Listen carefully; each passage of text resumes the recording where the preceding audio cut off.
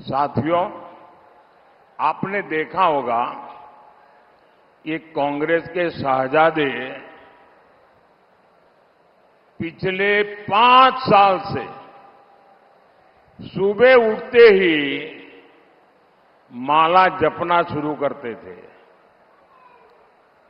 जब से उनका राफेल वाला मामला ग्राउंडेड हो गया, तब से उन्होंने एक नई माला जपना शुरू किया। 5 साल से एक ही माला जपते थे। 5 उद्योगपति, 5 उद्योगपति, 5 उद्योगपति।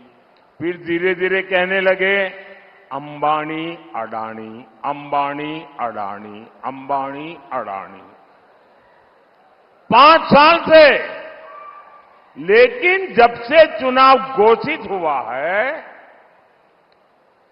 इन्होंने अंबानी अडानी को गाली देना बंद कर दिया। मैं आज तेलंगाना की धरती से पूछना चाहता हूं, जरा ये शहजादे घोषित करें कि इस चुनाव में ये अंबानी अडानी से कितना माल उठाया है।